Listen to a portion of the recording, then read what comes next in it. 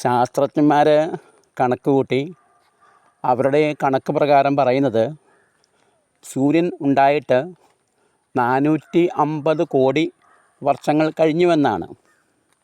ഇനിയും ഒരു 450 കോടി കൂടി ഈ സൂര്യന് ആയുസ്സുണ്ടാകും എന്നാണ് അവരുടെ കണക്ക് കൂട്ടൽ. അപ്പോൾ 450 കോടി വർഷമായി സൂര്യനുണ്ടായിട്ട്, സൂര്യൻ്റെ പ്രായം എന്ന് പറയുന്നത് 450 കോടിയിൽ ഏറെയായി. ഇപ്പം എന്നെ കേൾക്കുന്ന നിങ്ങൾക്ക് ഇത് മനസ്സിലായെന്ന് എനിക്കറിയില്ല, എനിക്ക് ഒട്ടും മനസ്സിലായില്ല. 450 കോടി പോയിട്ട് 450 ലക്ഷം പോയിട്ട് 1 ലക്ഷം പോയിട്ട് ഒരു 10,000 പോയിട്ട് 1000 പോലും എനിക്ക് മനസ്സിലാവില്ല. കാരണം ഞാൻ 450 കോടി വർഷം ജീവിച്ചിരിക്കുകയാണെങ്കിൽ പറയാം ഈ 450 കോടി എന്താണ് എന്ന്. നോക്കുക, ഇപ്പോൾ ഒരു 10 വയസ്സുകാരനെ പറ്റി പറയണമെങ്കിൽ എനിക്ക് 10 വയസ്സ് വരെ ജീവിച്ചിട്ടാലേ പറയാൻ പറ്റുള്ളൂ. അപ്പോൾ 1 വയസ്സുള്ളപ്പോൾ എനിക്ക് 10 വയസ്സുകാരനെ പറ്റി വെറുതെ ഭാവന ചെയ്യാൻ വേണമെങ്കിൽ, അല്ലെങ്കിൽ 5 വയസ്സുള്ളപ്പോൾ വേണമെങ്കിൽ 10 വയസ്സുകാരനെ കുറിച്ച് ഭാവന ചെയ്യാം. അത് ശരിയായിരിക്കണമെന്നില്ല. ഞാൻ ഓർക്കുന്നു, 1-ാം ക്ലാസ്സിലൊക്കെ പഠിച്ചപ്പോൾ ഓർത്തത് 5-ാം ക്ലാസ് എന്ത് വലുതാണെന്ന് ഓർത്തത്. 5-ാം ക്ലാസ്സിലെത്തിയപ്പോൾ ഓർത്ത് ഈ 10-ാം ക്ലാസ് എന്ത് വലുതാ. പക്ഷെ ഇതൊന്നുമല്ല എന്ന് നമ്മൾ അവിടെ എത്തിയപ്പോഴാണ് മനസ്സിലായത്. ഞാൻ ഇന്നും ഓർക്കുന്നു, LP സ്കൂളിൽ പഠിച്ചിരുന്ന കാലത്ത് ഹൈസ്കൂളിൽ അന്ന് മീശയുള്ള ചേട്ടന്മാരുണ്ട്. അവരെ കാണുമ്പോൾ ഭയമായിരുന്നു, ബഹുമാനമായിരുന്നു, ആദരമായിരുന്നു. കാരണം അവർ ഒരു മുദ്രാവാക്യം വിളിച്ചാൽ സ്കൂൾ സ്തംഭിക്കും. അപ്പോൾ അവർക്കാണ് സ്കൂളിലെ ഹെഡ് മാസ്റ്ററിനേക്കാൾ അധികാരം എന്നാണ് ഞാനൊക്കെ കരുതിയിരുന്നത്. 5-ാം ക്ലാസ്സിലെത്തിയപ്പോഴാണ് അവരുടെ അധികാരം നേരിട്ട് കാണുവാനായിട്ട് അവസരമുണ്ടായത്. ഒരേ ഗ്രൗണ്ടിലാണ് അപ്പോൾ അസംബ്ലി. അപ്പോൾ അസംബ്ലി ഞാൻ കഴിയണതേ നേതാവ് വിദ്യാർത്ഥി ഐക്യം എന്ന് വിളിക്കും. അപ്പോൾ കുറേ കുട്ടികൾ, മുതിർന്നവർ അദ്ദേഹത്തിന് ചുറ്റും കൂടി സിന്ദാബാദ് എന്ന് വിളിക്കും. അപ്പോൾ വിദ്യാർത്ഥി ഐക്യം സിന്ദാബാദ്, വിദ്യാർത്ഥി സമരം സിന്ദാബാദ് എന്ന് വിളിക്കുമ്പോഴേക്കും ആരെങ്കിലും കയറി മണി കൂട്ടബെല്ലടിക്കും. അപ്പോൾ അതിൻ്റെ അർത്ഥം സ്കൂളിന് അവധിയാണെന്നാണ്. ഈ മുദ്രാവാക്യം വിളിക്കുന്നവരെ ഒരധ്യാപകൻ പോലും തടയുന്നത് ഞാൻ കണ്ടിട്ടില്ല. ഹെഡ് മാസ്റ്റർ വഴക്ക് പറയണമെന്നും കേട്ടിട്ടില്ല. ക്ലാസ്സിലെങ്ങാനും ഒരല്പം മിണ്ടിയാൽ വടിയെടുത്തല്ലോ അധ്യാപകർ. പക്ഷേ ഇവരെ ഒരു വാക്കുകൊണ്ട് പോലും ഇവരെ എതിർക്കുന്നതായിട്ട് കണ്ടിട്ടില്ല. ചിലപ്പോൾ ക്ലാസ് നടന്നുകൊണ്ടിരിക്കുമ്പോഴായിരിക്കും ഈ നേതാക്കൾ കയറി വന്ന് മുദ്രാവാക്യം വിളിക്കുകയും ഞങ്ങളോടെല്ലാവരും വീട്ടിൽ പൊക്കോളാൻ പറയുകയും ചെയ്യുക. ചിലപ്പോൾ സ്കൂളിലേക്ക് വരുമ്പോഴായിരിക്കും ഒരു നേതാവ് വഴിയിൽ വെച്ച് കാണും, കുട്ടികളെ നിങ്ങൾ വീട്ടിൽ പൊക്കോ, ഇന്ന് ക്ലാസ്സില്ല എന്ന് പറയും, സമരമാണെന്ന് പറയും. അപ്പം ഞങ്ങളൊക്കെ കരുതിയിരുന്നത് ഈ സ്കൂൾ നേതാവിനാണ്. ഞങ്ങൾക്കൊരു സ്കൂൾ ലീഡർ ഉണ്ടായിരുന്നു. അപ്പം അദ്ദേഹത്തിന് നല്ല പൊക്കമൊക്കെ ഉണ്ട്. പിന്നെയാണ് മനസ്സിലായത് അദ്ദേഹത്തിന് അത്ര പൊക്കമൊന്നും ഇല്ലയെന്ന്. അന്ന് ചിന്തിച്ചത് അങ്ങനെയായിരുന്നു. അപ്പം ഞങ്ങൾ 10-ാം ക്ലാസ്സിൽ എത്തിയപ്പോഴാണ് മനസ്സിലായത് അദ്ദേഹത്തിന് അത്ര പൊക്കമൊന്നുമില്ല. കാരണം ഞാൻ 10-ാം ക്ലാസ്സിലെത്തിയപ്പോൾ ഈ നേതാവ് ഞങ്ങളുടെ സ്കൂളിൻ്റെ താഴെ തന്നെ ഒരു റേഡിയോ റിപ്പയറിങ് കട നടത്തുന്നുണ്ടായിരുന്നു. ഒരു പഞ്ചഭാവം ഒരു മനുഷ്യൻ. അപ്പോൾ അന്നാണ് യാഥാർത്ഥ്യം മനസ്സിലായത്. 10-ാം ക്ലാസ്സിൽ എത്തിയപ്പോഴാണ് ഒരു 10-ാം ക്ലാസ്സുകാരൻ്റെ നിലയും വിലയും സ്ഥാനവും മാനമൊക്കെ നമ്മൾ മനസ്സിലാക്കുക. അതിനു മുമ്പൊക്കെ ഞാൻ കരുതിയിരുന്നത് ഈ നേതാവിനാണ് ഇന്ത്യൻ പ്രധാനമന്ത്രിയേക്കാൾ അധികാരം എന്നാണ് ഞാനൊക്കെ കരുതിയിരുന്നത്. പക്ഷേ 10-ാം ക്ലാസ്സിൽ എത്തിയപ്പോഴാണ് സത്യാവസ്ഥ മനസ്സിലായത്. അതുപോലെ നമുക്കറിയാം, ഒരു 20 വയസ്സുകാരനെ പറ്റി മനസ്സിലാക്കണമെങ്കിൽ നമുക്ക് 20 വയസ്സാവണം, എന്നാലേ മനസ്സിലാക്കാൻ പറ്റുള്ളൂ. അല്ലാത്ത എല്ലാം ഒരു ഭാവനയായിരിക്കാം. അപ്പോൾ അതുപോലെ 450 കോടി എന്ന് പറയുമ്പോൾ എന്ത് മനസ്സിലാക്കാനാ, എങ്ങനെ മനസ്സിലാക്കാനാ? വെറുതെ ഭാവന ചെയ്യാം. പക്ഷേ ആ ഭാവനയൊക്കെ ശരിയാവണം എന്നില്ല. അതിനേക്കാളുപരി ഈ 450 കോടി കണക്ക് കൂട്ടുന്നത് തന്നെ അത് കുറേ കഴിയുമ്പോൾ മാറാം.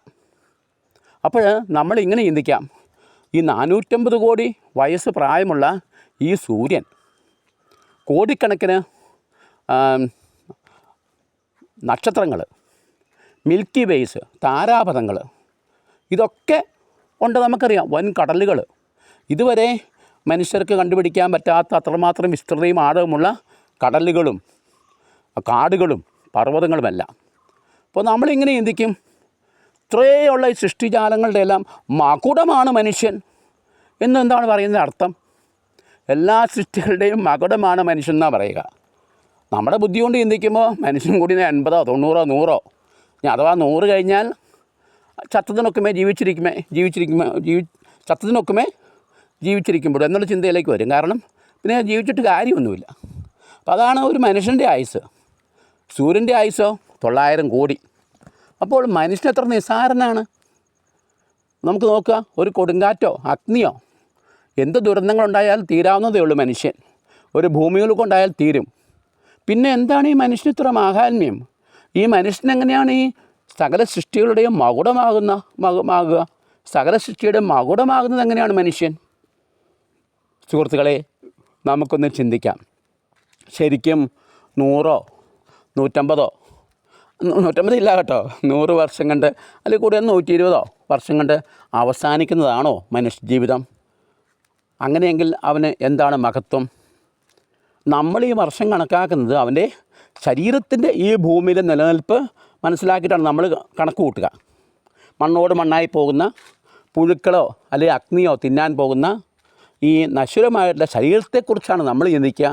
അതിൻ്റെ അടിസ്ഥാനത്തിലാണ് നമ്മൾ വിലയിരുത്തുന്നത് മനുഷ്യൻ ഇത്ര നിസ്സാരനെന്ന്. പക്ഷേ നമുക്കറിയാം, ബൈബിൾ വായിക്കുമ്പോൾ ഇപ്പോൾ 1 കൊരിന്ത്യർ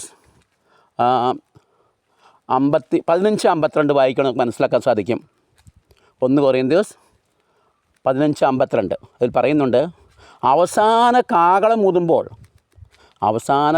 ഊതുമ്പോൾ കണ്ണിമയ്ക്കുന്ന വേഗത്തിൽ അത്രമാത്രം സ്പീഡിൽ, കാരണം അന്നൊക്കെ കണ്ണിമയ്ക്കുന്നതാണ് ഏറ്റവും സ്പീഡായിട്ട് കണക്കാക്കിയിരുന്നത്, സ്പീഡിൻ്റെ ഒരു മാനദണ്ഡമായിട്ട് കണക്കാക്കുക. അപ്പോൾ അത്രമാത്രം വേഗത്തിൽ, ഇന്നാണെങ്കിൽ വേറെ എല്ലാം കമ്പയർ ചെയ്യേണ്ടി വരും. അത്രമാത്രം വേഗത്തിൽ നമുക്ക് എന്തു ചെയ്യും? ഉയർത്തെഴുന്നേൽക്കും. നമുക്ക് മാറ്റം ഉണ്ടാവും, രൂപാന്തരം ഉണ്ടാവും, നമ്മൾ മാറ്റം ഉണ്ടാവും.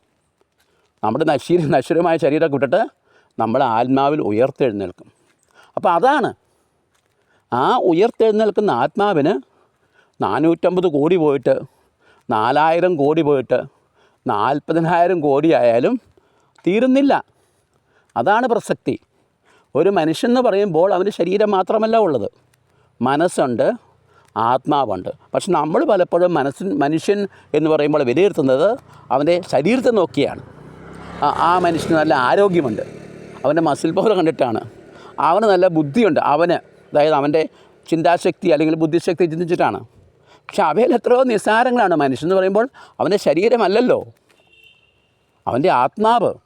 അപ്പോൾ നമുക്കറിയാം, ഒരു മനുഷ്യൻ എന്ന് പറയുമ്പോൾ ശരീരമുണ്ട്, മനസ്സുണ്ട്, ആത്മാവുണ്ട്. ഇത് 3 ഒരുപോലെ വളരണം. അങ്ങനെ വളർന്നില്ലെങ്കിൽ ആ വ്യക്തി നമ്മൾ എന്ത് വിളിക്കുക? അംഗവൈകല്യം വന്നവൻ, വികലാംഗൻ എന്നാണ് വിളിക്കുക. ഇപ്പോൾ ഒരു ഭാഗം മാത്രമേ വളരണമുള്ളെങ്കിൽ, ഇപ്പോൾ ഒരു കൈ മാത്രമേ വളരണമുള്ളെങ്കിൽ വികലാംഗനായി. അപ്പോൾ ആനുപാതികമായി വളരണം ശരീരവും മനസ്സും ആത്മാവും. ഇത് 3ഉം വളർന്നാൽ മാത്രമേ ഒരു മനുഷ്യൻ ഈ ഭൂമിയിൽ പൂർണ്ണ മനുഷ്യനായിട്ട് ജീവിക്കുന്നു എന്ന് പറയാനാകൂ. അപ്പോൾ ആ വ്യക്തി ഇവിടെ 100, 120, 110, 80 വർഷം ഇവിടെ കഴിഞ്ഞതിന് ശേഷം അദ്ദേഹത്തിൻ്റെ ആത്മാവാണ് അനശ്വരമായ ഒരു അവസ്ഥയിലേക്ക് മാറുക. ഇപ്പോൾ ഒരു കുഞ്ഞ് അമ്മയുടെ ഗർഭാവസ്ഥയിലിരിക്കുമ്പോൾ ആ കുട്ടി ചിന്തിക്കുകയാണ്, ഈ ലോകമാണ്, ഈ ഗർഭപാത്രമാണ് എൻ്റെ ജീവിതം, പിന്നെ എനിക്കെന്തിനാ ഈ കയ്യും കാലൊക്കെ നീന്തിച്ചാൽ? അറിയില്ല, അവനോട് കയ്യും കാലിൻ്റെ ആവശ്യമില്ല, കണ്ണിൻ്റെ ആവശ്യമില്ല, ചെവിയുടെ ആവശ്യമില്ല. പക്ഷെ അതൊക്കെ അവിടെ ഉണ്ട്. അതൊക്കെ അവർ കൊടുത്തിരിക്കുന്നത് ഗർഭപാത്രത്തിൽ ഉപയോഗിക്കാൻ വേണ്ടിയല്ല, പിന്നെയോ അവന് മറ്റൊരു ജീവിതമുണ്ട്, അവിടെ ഉപയോഗിക്കാൻ വേണ്ടിയാണ്. അപ്പോൾ അതുപോലെ നമുക്കിപ്പോഴേ ആത്മാവിന് തന്നിരിക്കുന്നത്. അപ്പോൾ അതാണ് ഞാൻ പറഞ്ഞു വരുന്നത്. നമ്മൾ ചിന്തിക്കും, എന്നാൽ പിന്നെ ആത്മാവിന് ഇപ്പം എന്താണ് നേക്കണേ, മര്യാദയോടെ ശരീരം കൊണ്ട് ഞങ്ങൾ ജീവിച്ചോളില്ലേ? ഇപ്പോഴേ ആത്മാവിന് തന്നിരിക്കുന്നത് ആ ആത്മാവിനെ കൊണ്ട് നീ പിന്നീട് മറ്റൊരു ലോകത്ത് ജീവിക്കാൻ വേണ്ടിയാണ്. അമ്മയുടെ ഗർഭപാത്രത്തിലായിരിക്കുമ്പോൾ തന്നെ നമുക്ക് കണ്ണും കാതും അതുപോലെ തന്നെ കാലുകളും വിരലുകളും ഒക്കെ തന്നിരിക്കുന്നത് അവിടെ ഉപയോഗിക്കാൻ വേണ്ടിയല്ല, പിന്നെയോ നമുക്ക് വരാൻ പോകുന്ന, നമ്മൾ ജനിച്ച് വീണ് ജീവിക്കാൻ പോകുന്ന ആ ലോകത്ത് ഉപയോഗിക്കാൻ വേണ്ടിയാണ്. അപ്പോൾ അതുപോലെ തന്നെ നമുക്കിപ്പോൾ ആത്മാവിന് തന്നിരിക്കുന്നത്, പ്രാർത്ഥിക്കാനുള്ള കൃപ തന്നിരിക്കുന്നത്, വചനങ്ങൾ തന്നിരിക്കുന്നത്, ഇതെല്ലാം നമുക്ക് അങ്ങേ ലോകത്ത് നമ്മുടെ അനശ്വരമായ ജീവിതത്തിൽ ഉപയോഗിക്കാൻ വേണ്ടിയാണ്. അങ്ങനെ ദൈവത്തിൻ്റെ ആയുസ് പോലെയാണ് മനുഷ്യൻ്റെ ആയുസ്, ഇൻഫിനിറ്റാണ്. അപ്പോൾ അമ്മയുടെ ഉദരത്തിൽ ഒരുപാട് മുമ്പ് തന്നെ ദൈവത്തിൻ്റെ ആ ആത്മാവിനോടൊപ്പം നമ്മളായിരുന്നു. അനന്തമാണ്. നമുക്ക് ആയുസ് നമുക്ക് വർണ്ണിക്കാനാവില്ല, വിവരിക്കാനാവില്ല. അപ്പോൾ അത്രമാത്രം ആയുസ്സുള്ള, അനന്തമായ ആയുസ്സുള്ള, സ്വർഗീയ ജീവിതം നയിക്കേണ്ടതായിട്ടുള്ള ആ സ്വർഗീയ ലോകത്ത് അനന്തമായിട്ട് ദൈവത്തോടൊപ്പം ജീവിക്കേണ്ടവരായിട്ടുള്ള നമ്മൾ അതാണ് കർത്താവ് പഠിപ്പിച്ചത്. നമ്മുടെ ലൂക്കായുടെ സുവിശേഷം 12-ാം അധ്യായം മുഴുവൻ പറഞ്ഞു തരുന്നത് അതാണ്. നിങ്ങൾ ഈ ലോകത്തിലെ കാര്യങ്ങളെക്കുറിച്ച് വ്യഗ്രതപ്പെടാതെ, നിങ്ങളുടെ തലമുടികൾ പോലും എണ്ണപ്പെട്ടിരിക്കുന്നു. കാക്കകളെ നോക്ക്, പറവകളെ നോക്ക്, വിതയ്ക്കുന്നില്ല, കൊയ്യുന്നില്ല, കളപ്പറകൾ ശേഖരിക്കുന്നില്ല, ആശുപത്രികളില്ല, സ്കൂളുകളില്ല. പക്ഷെ അവയൊന്നും പട്ടിണി കിടന്ന് ചാവുന്നില്ലല്ലോ. ലില്ലി പുഷ്പങ്ങളെ നോക്ക്. സോളമൻ തൻ്റെ ഏറ്റവും മഹനീയമായ ആ കാലഘട്ടത്തിൽ പോലും ഇത്രമാത്രം അലങ്കരിക്കപ്പെട്ടിരുന്നില്ല. അപ്പോൾ കൃത്യമായിട്ട് പഠിപ്പിക്കുന്നുണ്ട് നമ്മളെ. അതായത് ഭക്ഷണം അല്ല നിൻ്റെ ശരീരത്തെ, നിൻ്റെ ജീവനേക്കാൾ വലുത് ഭക്ഷണമൊന്നുമല്ല. അപ്പോൾ ഭക്ഷണത്തേക്കാൾ വലുത് ജീവനാണ്, വസ്ത്രത്തേക്കാൾ വലുത് ശരീരമാണ്. പക്ഷെ നമ്മൾ ഉത്കണ്ഠാകുലരാണ്. നമ്മൾ ഭക്ഷണത്തെക്കുറിച്ചാണ് നമ്മൾ വ്യാകുലപ്പെടുക, നമ്മൾ വസ്ത്രത്തെക്കുറിച്ചാണ് വ്യാകുലപ്പെടുന്നത്. അതിനെക്കുറിച്ചൊന്നും വ്യാകുലപ്പെടണ്ട എന്ന് ഈശോ പഠിപ്പിക്കുന്നുണ്ട്. എൻ്റെ തലനാരിഴ പോലും എണ്ണപ്പെട്ടിരിക്കുന്ന പറയുക. അതായത് നമുക്കെത്ര തലമുടി ഉണ്ടെന്ന് പോലും ദൈവത്തിനറിയാം. എനിക്കറിയില്ല കേട്ടോ, എൻ്റെ തലമുടി എത്ര ഉണ്ടെന്ന് എനിക്കറിയാം. ഞാൻ എണ്ണി നോക്കിയിട്ടില്ല, നോക്കിയായിട്ട് പറ്റുമോ ഇല്ല, എന്നെക്കൊണ്ട് സാധ്യമല്ല അത് മുടി എണ്ണി തിട്ടപ്പെടുത്താനായിട്ട്. കാരണം ചില ദിവസം ഒത്തിരി കൊഴിഞ്ഞു പോവും, പിന്നെ ഒന്നും അറിയാൻ പറ്റില്ല. പക്ഷേ ദൈവം പറയുകയാണ്, ദൈവത്തിന് എത്ര മുടികൾ തലയിലുണ്ടെന്ന് പോലും അറിയാം. അപ്പോൾ നമ്മളെപ്പറ്റി ഇത്രമാത്രം അറിവുണ്ട് ദൈവത്തിന്. നമ്മൾ ഉരുവാകുന്നതിന് മുമ്പേ ദൈവത്തിനറിയാം. അപ്പം അമ്മയ്ക്കും അപ്പനും പോലും നമ്മളെ മനസ്സിലായി നമ്മൾ ഉണ്ടായതിന് ശേഷമാണ്, ഭൂമിയിലേക്ക് ജനിച്ചതിന് ശേഷമാണ്. പക്ഷേ അതിനു മുമ്പേ നമ്മളെ കണ്ട ഒരു ദൈവമുണ്ട്, നമ്മളെ പരിപാലിച്ചൊരു ദൈവമുണ്ട്.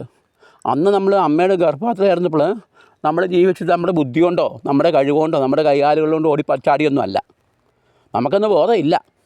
അന്നും ബോധം ഉണ്ടായിരുന്നെങ്കിൽ നിന്ദിച്ചു എനിക്ക്, അയ്യോ അമ്മയുടെ ഗർഭപാത്രമായിരുന്നപ്പോൾ നമുക്ക് ബോധം ഉണ്ടായിരുന്നെങ്കിൽ അന്നേരം തന്നെ ബോധം കെട്ട് വീണ്ടും ചത്തുപോയത്. അപ്പോൾ നമുക്ക് ആവശ്യമായിട്ടുള്ള ബോധവും നമ്മുടെ നിലനിൽപ്പിന് ആവശ്യമുള്ള ബോധക്കേടും ഒക്കെ തരുന്നത് ദൈവം തന്നെയാണ്. നമ്മൾ ഈ ലോകത്തിൽ നിന്ന് എടുക്കപ്പെടുമ്പോൾ, നമ്മുടെ ശരീരം മണ്ണോട് മണ്ണായി തീരുമ്പോൾ നമുക്കറിയാം നമുക്ക് പിന്നെ ബോധമില്ല. ഒന്ന് ചിന്തിച്ച് നോക്കിയേ, നമ്മൾക്ക് മരിച്ച ശേഷവും നമ്മളെ കബറടത്തിൽ കൊണ്ട് ഇടുമ്പോഴും നമുക്ക് ബോധം അങ്ങോന്ന് എന്ത് ചെയ്യും? ശവക്കല്ലറയിൽ കിടക്കുമ്പോൾ രാത്രിയിൽ ബോധം വന്നു വിചാരിക്കുക, മുകളിലാണ് വലിയ സ്ലാവ് കയറ്റി വെച്ചിരിക്കുന്നു, നമ്മൾ എന്ത് ചെയ്യും? പിന്നെ അവിടെ കിടന്ന് വീണ്ടും ചാവുകയിലേ നിവൃത്തിയുള്ളൂ. അപ്പോൾ അതാണ് ദൈവം നമുക്ക് ബോധവും ബോധക്കേടും ബോധജ്ഞാനവും ഒക്കെ തന്നിരിക്കുന്നത്. നമുക്കെന്ത് വേണമെന്ന് ദൈവത്തിനറിയാം. അത്രയും കാര്യങ്ങൾ ദൈവത്തിനറിയാം നമ്മളെക്കുറിച്ച്. നമ്മൾ ഈ ഭൂമി ജനിക്കുന്നതിന് മുമ്പ് എനിക്ക് എന്തൊക്കെ വേണമെന്ന് ദൈവത്തിനറിയാം. മരണശേഷവും എന്തൊക്കെയാണ് എങ്ങനെയൊക്കെ ആവണമെന്ന് ദൈവത്തിനറിയാം. അപ്പോൾ അത്രമാത്രം എന്നെക്കുറിച്ച്, നിങ്ങളെക്കുറിച്ച്, നമ്മളെക്കുറിച്ച് അറിവുള്ള, നമ്മളെക്കുറിച്ച് സൂക്ഷ്മതയോടെ ജ്ഞാനമുള്ള, നമ്മളെ കരുതുന്ന ഒരു ദൈവം നമുക്കുണ്ട്. ആ ബോധ്യത്തിലേക്ക്, ആ വിശ്വാസത്തിലേക്ക് വരുമ്പോഴാണ് നമുക്ക് മനസ്സിന് സമാധാനവും ശാന്തിയും ലഭിക്കുക. അതാണ് കർത്താവ് പറഞ്ഞത്, നീ സമാധാനത്തോടെ ഭൂമിയിൽ ജീവിക്കുക, സന്മനസ്സുള്ളവർക്ക് സമാധാനം. ഇത്രയും വിഭവങ്ങൾ നിനക്ക് തന്നിരിക്കുന്നത്. 450 കോടി വർഷത്തിലേറെ ആയുസ്സായിട്ട് ഉള്ള, ഇപ്പോൾ ജീവിച്ചു കഴിഞ്ഞാൽ 900 വർഷം ആയുസ്സുള്ള സൂര്യൻ തന്നിരിക്കുന്നു. സൂര്യൻ്റെ എനർജി കൊണ്ടാണ് ജീവൻ നിലനിൽക്കുന്നത്. നമുക്കറിയാം എന്തൊക്കെ നമുക്ക് തന്നിരിക്കുന്നത്, എന്തൊക്കെ നമുക്ക് തരാത്തത്. പക്ഷേ മനുഷ്യൻ എന്ത് ചെയ്യുന്നു? അവൻ്റെ അത്യാഗ്രഹം കൊണ്ട് അവയെല്ലാം നശിപ്പിച്ചുകൊണ്ടിരിക്കുകയാണ്. അവനാണ് ശരിക്കും ദൈവത്തിൻ്റെ പദ്ധതികളെ അവൻ്റെ കുബുദ്ധി കൊണ്ടോ അല്ലെങ്കിൽ എന്താ പറയുക, അവൻ്റെ അറിവില്ലായ്മ കൊണ്ടാവാം ഒരു പക്ഷേ, എനിക്കറിയില്ല. ആ അറിവ് കൂടുതൽ കൊണ്ടാണോ നശിപ്പിച്ചുകൊണ്ടിരിക്കുകയാണ്. എത്രയോ പച്ചക്കറികൾ നമുക്ക് തന്നിരിക്കുന്നു, അവയെല്ലാം വിഷമാക്കി മാറ്റും നമ്മൾ. എത്രയോ പഴവർഗ്ഗങ്ങൾ തന്നിരിക്കുന്നു, അവയെല്ലാം വിഷമാക്കി മാറ്റും നമ്മൾ.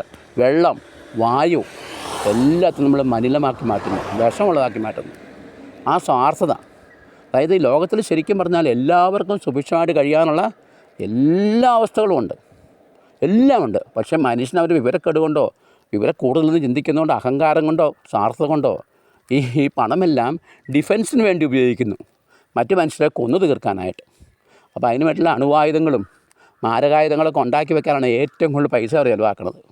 അപ്പം അങ്ങനെ പരസ്പരം യുദ്ധം ചെയ്തും പരസ്പരം കൊന്നും ഒക്കെ അങ്ങോട്ടും ഇങ്ങോട്ടും നശിപ്പിക്കപ്പെടുകയാണ്. അപ്പോൾ ഈ ഒരവസ്ഥ നമ്മൾ മനസ്സിലാക്കിയാൽ നമുക്ക് ഈ ലോകത്തിൽ യാതൊരു ടെൻഷനും ഇല്ലാതെ നമുക്ക് ജീവിക്കാൻ സാധിക്കും. പക്ഷേ ഏറ്റവും അത്യാവശ്യമായിട്ടുള്ള വേണ്ടത് ദൈവത്തിലുള്ള ആ വിശ്വാസമാണ്. ഇപ്പോൾ കർത്താവിനോട് പ്രാർത്ഥിക്കാം, ഈശോയെ ഞങ്ങൾക്ക് വിശ്വാസം തരണമേ. ശിഷ്യന്മാർ പ്രാർത്ഥിച്ച പോലെ കർത്താവേ ഞങ്ങളുടെ വിശ്വാസത്തെ വർദ്ധിപ്പിക്കണേ നമുക്ക് പ്രാർത്ഥിക്കാം. കർത്താവായ ദൈവം നമ്മളെ ഏവരെയും സമർത്ഥമായി അനുഗ്രഹിക്കട്ടെ, കാത്തുരക്ഷിക്കുമാറാകട്ടെ. ആമേൻ.